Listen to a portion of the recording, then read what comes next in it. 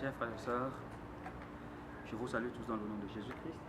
Je suis très heureux de pouvoir, une fois de plus, participer à la suite de notre enseignement pour permettre aux uns et aux autres de mieux comprendre ce dont nous avons dit la dernière fois. Très rapidement, permettez-moi d'entrer directement dans le but de mon sujet, qui est « Vous pouvez être au-dessus des démons ».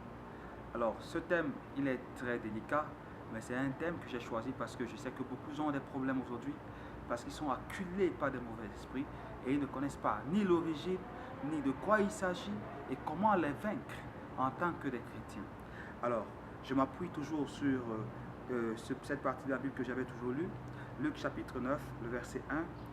Jésus ayant assemblé les 12, leur donna la force, pouvoir sur tous les démons, avec la puissance de guérir les maladies. Nous voyons ici que Jésus a donné 3 choses aux disciples. Il a donné 3 éléments bien définis. Il a donné la force, il a donné le pouvoir, il a donné la puissance à l'Église, à ses disciples, pour pouvoir être au-dessus de l'ennemi. Alors, ces actes-là, ces 3 choses-là devaient rendre les disciples vainqueurs de tout obstacle qu'ils allaient trouver devant eux.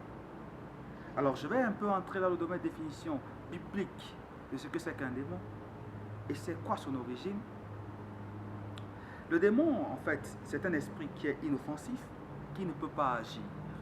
S'il n'a pas un corps, s'il n'a pas un espace dans lequel il peut agir, il ne peut pas le faire. Il faudrait premièrement qu'il trouve un espace, il faut qu'il trouve quelque chose sur lequel il peut s'appuyer. Il faut qu'il trouve un élément naturel tel que l'eau, tel que la chair, tel que le vent, pour agir et faire quelque chose.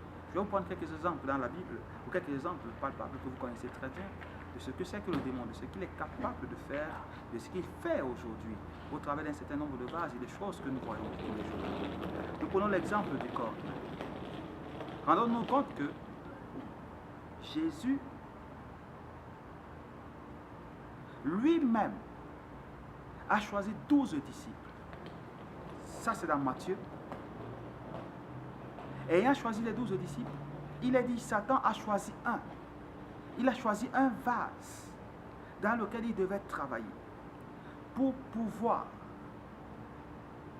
détruire l'œuvre de Dieu.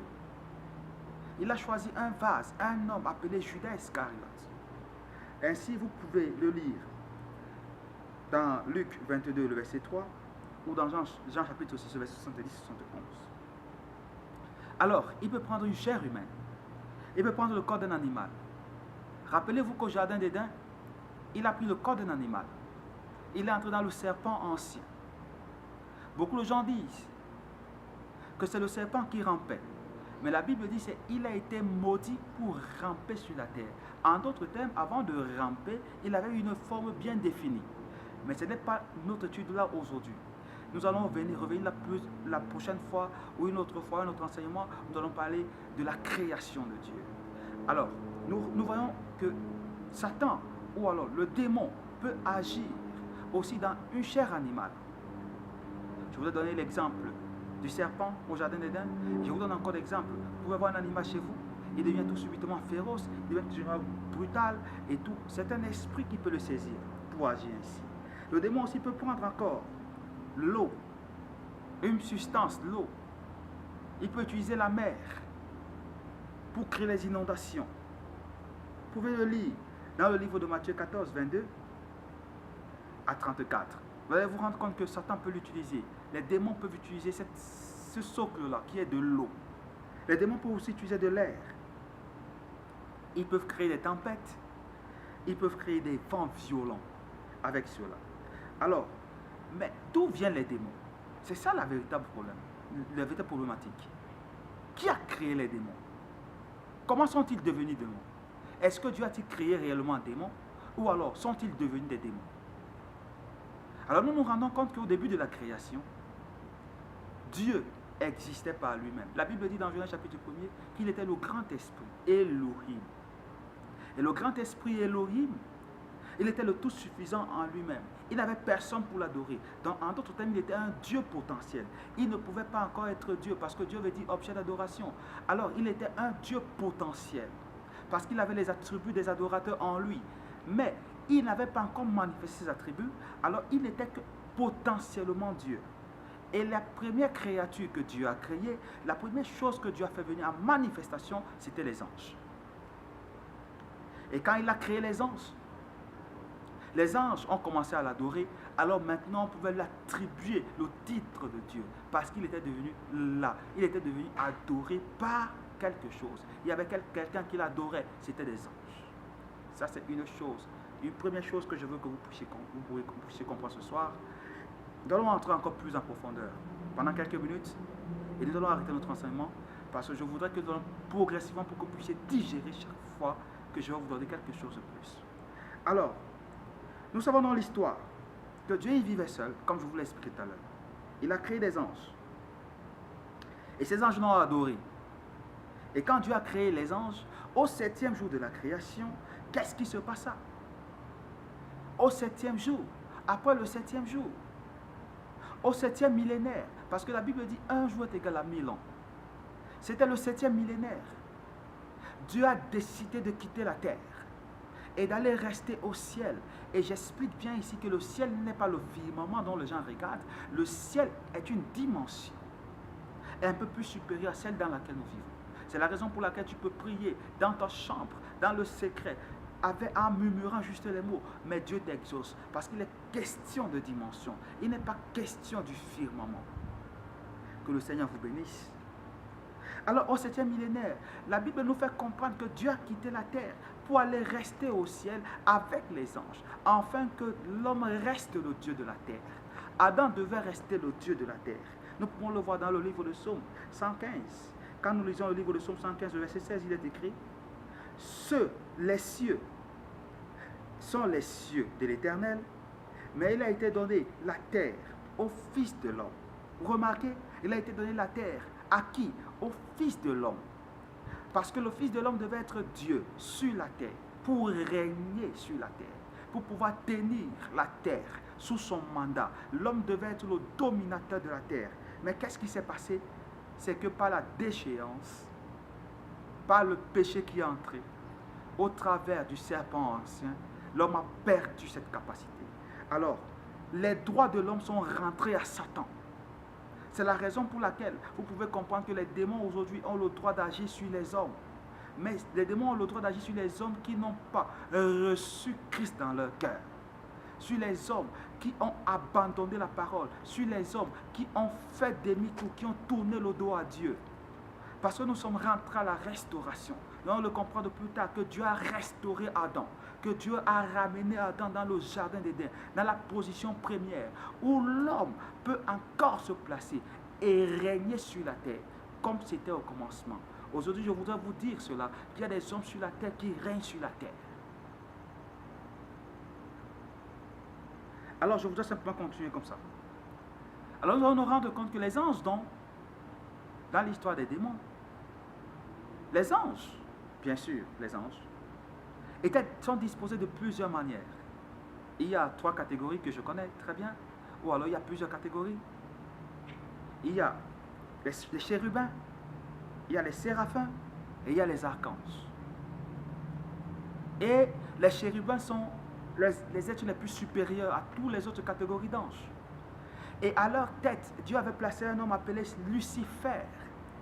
Lucifer qui veut dire l'ange de lumière. Lucifer, l'ange de lumière. Il était beau, il était couvert de toutes pierres précieuses. Il était égal à Dieu, sauf qu'il ne pouvait pas crier. Il était l'égal de Dieu, sauf qu'il ne pouvait pas crier. C'était le bras droit de Dieu, le symbole de sa puissance. C'est lui qui mettait le sceau dans la créature de Dieu. C'est lui, là, qui était Lucifer.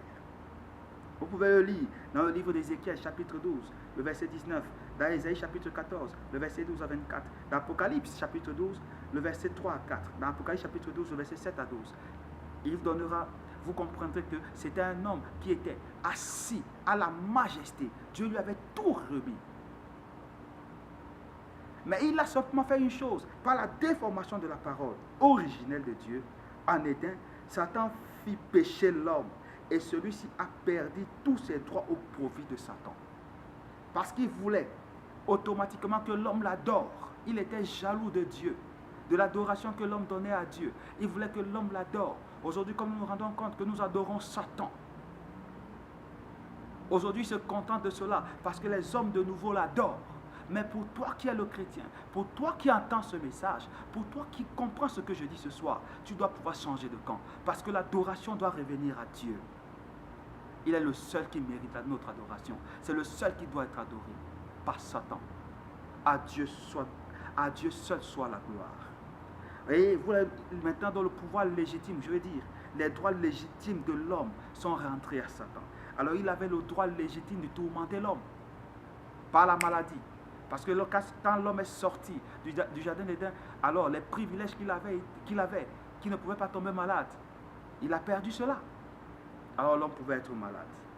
Quand vous le prenez dans le livre de 1 Thessaloniciens, chapitre 5, le verset 23, la Bible dit que le Dieu de paix vous sanctifie lui-même tout entier et que votre être, l'esprit, l'âme et le corps soient conservés irrépréhensibles lors de l'avènement de notre Seigneur Jésus-Christ. Je voudrais d'abord vous faire remarquer ici que l'homme est triple, le corps, l'esprit et l'âme. C'est une chose très importante que vous devez savoir. Matthieu chapitre 15, verset 18. Mais ce qui sort de la bouche vient du cœur. Et c'est ce qui souille l'homme, et c'est ce qui souille l'homme. Matthieu chapitre 15, le verset 19. Car c'est du cœur que viennent les mauvaises pensées, les meurtres, l'adultère, l'impudicité, le vol, les faux témoignages, les calomnies. C'est du cœur que cela vient. Tous ces passages que j'ai lus là, c'est pour nous permettre d'avoir un socle, une base. C'est une chose que je voulais que vous remarquiez. Dans l'homme dont ayant cette triple partie, l'homme dont étant une entité triple du corps, l'esprit et l'âme, c'est ainsi que Satan aussi agit dans cette triple dimension. Par la grâce de Dieu, je voudrais que nous puissions un peu entrer à l'intérieur pour voir comment Satan agit. Dans la première dimension qui est le corps, dans la deuxième dimension qui est l'esprit, et dans la troisième dimension qui est l'âme. Remarquez que dans la première dimension qui est le corps, Satan agit par des démons qu'on appelle des maladies.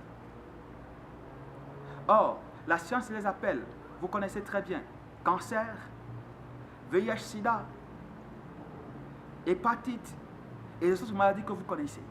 Ce sont des démons. Dans la Bible, il est écrit d'un jeune homme que Jésus a guéri. Un jeune homme qui avait un esprit d'épilepsie. Et qui est venu aller devant les apôtres. Et ceux-ci n'ont pas pu le guérir. Alors cet homme est arrivé à Jésus. Il a dit à Jésus, mais j'ai amené mon fils devant tes disciples pour qu'ils puissent l'aider, pour qu'ils puissent le guérir. Parce que celui-ci, il tombe souvent dans l'eau, il tombe souvent dans le feu. Il est tourmenté d'un esprit d'épilepsie. C'était un démon qui agissait dans le corps, dans le but de détruire le corps. Et Jésus a réprimandé l'esprit. Remarquez que cet enfant a été guéri. Ça suppose que Jésus a réprimandé l'esprit. Jésus a réprimandé l'esprit. Sachez donc et acceptez ça ce soir.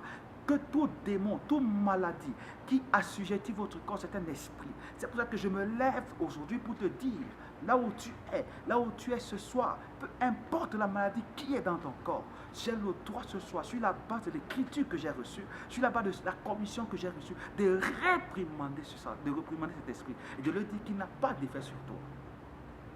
Parce que Dieu a donné le privilège à l'homme de vaincre Satan. Dieu a donné le privilège à l'homme d'être au-dessus de Satan. Je voudrais par la grâce de Dieu continuer le même évangile, continuer la même chose, continuer dans la même lancée dimanche, afin que nous puissions mieux comprendre. Parce que là, je suis en train de développer mon enseignement pour que les gens puissent comprendre réellement là où viennent les démons. Ils proviennent de quoi? Au départ, ils n'étaient pas démons, parce qu'il n'y a aucune entité sur la terre sur laquelle ils pouvaient agir.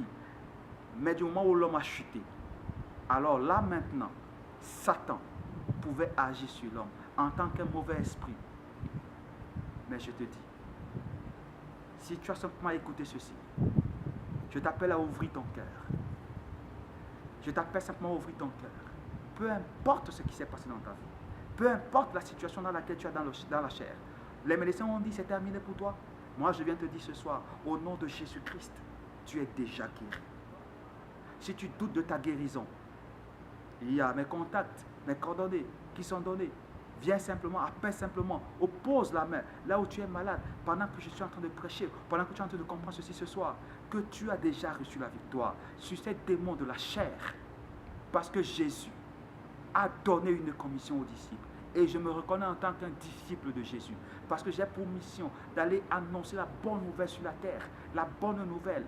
La bonne nouvelle c'est quoi? Ce n'est pas que tu vas mourir. La bonne nouvelle c'est que tu dois vivre. Alors je t'appelle aujourd'hui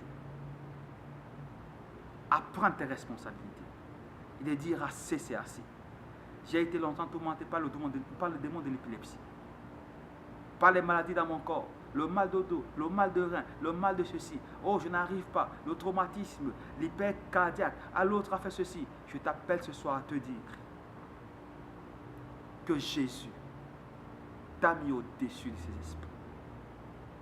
Et je peux prier pour toi ce soir, cet après-midi, pour que le Dieu qui t'a créé, le Dieu qui m'a donné la commission, et le Dieu que je te présente, qui est le Seigneur Jésus-Christ, qui n'est pas mort pour rien, et qui est ressuscité, qui est vivant, et qui est parmi nous aujourd'hui, pour continuer l'œuvre qu'il nous a donnée. Que tout ce que tu vois devant toi devienne possible à l'instant où je te parle. Ainsi donc, je vais lever ma voix pour prier pour toi. Seigneur Jésus-Christ, que tous ceux qui regardent cette vidéo, s'ils sont malades dans leur chair, que dans le nom de Jésus-Christ, le Messie point de l'heure, qu'ils soient guéris. Peu importe l'instrument que Satan a utilisé pour tuer leur chair, peu importe le nom de la maladie que Satan a voulu utiliser pour tuer leur chair, aujourd'hui, au travers de la commission, au travers de cette écriture qui dit tu nous as donné le pouvoir, la puissance et l'autorité pour être au-dessus de cela, je viens prier pour eux, dans le nom du Seigneur Jésus-Christ, qu'ils soient complètement restaurés et que la gloire te revienne. Amen.